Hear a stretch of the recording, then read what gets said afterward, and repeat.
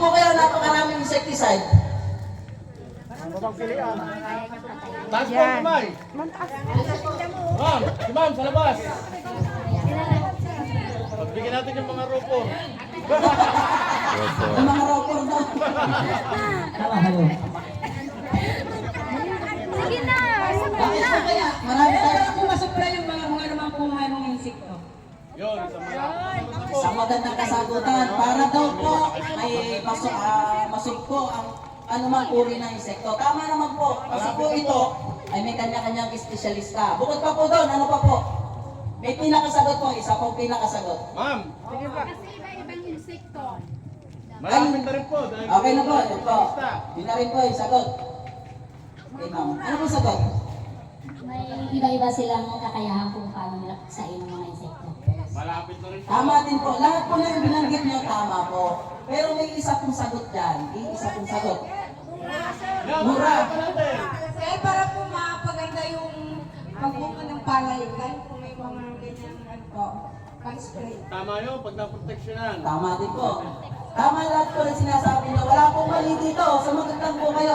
Ma'am, pag may nakatambok ng sagot, isang Travis.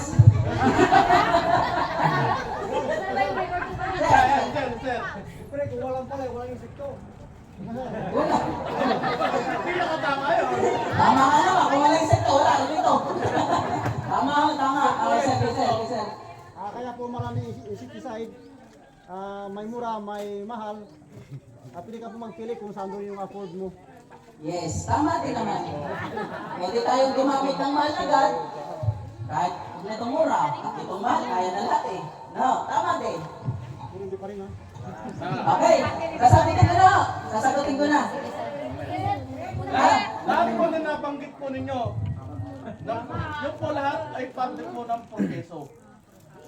Pero sasagutin po ni Sir Kevin ngayon kung bakit po napakarami ng insecticide. Kasi kung sa mga suking dealer po, mabibilang nyo sa kamay nyo ang herbicide, mabibilang nyo ang pangkuhol, matatandaan nyo.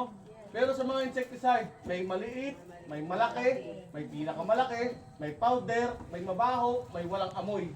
Sasagutin po ngayon ni Sir Kevin yan. Okay.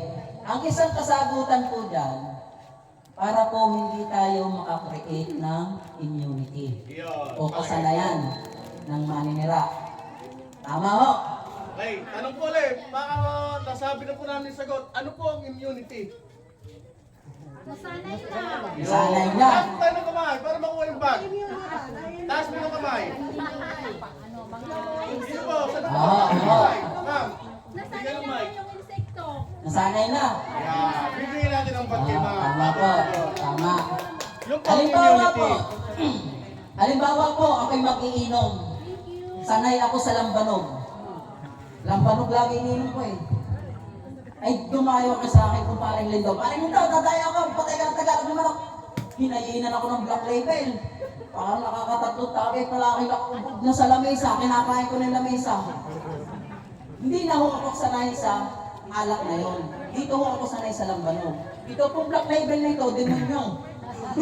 Dito po tayo sa lambanog. Ganun po rin sa, naiintindihan po ba? Yung halimbawa, ganun din po sa insekto. Huwag po tayong mag-i-stick sa isang insekto, pang-insecticide lang.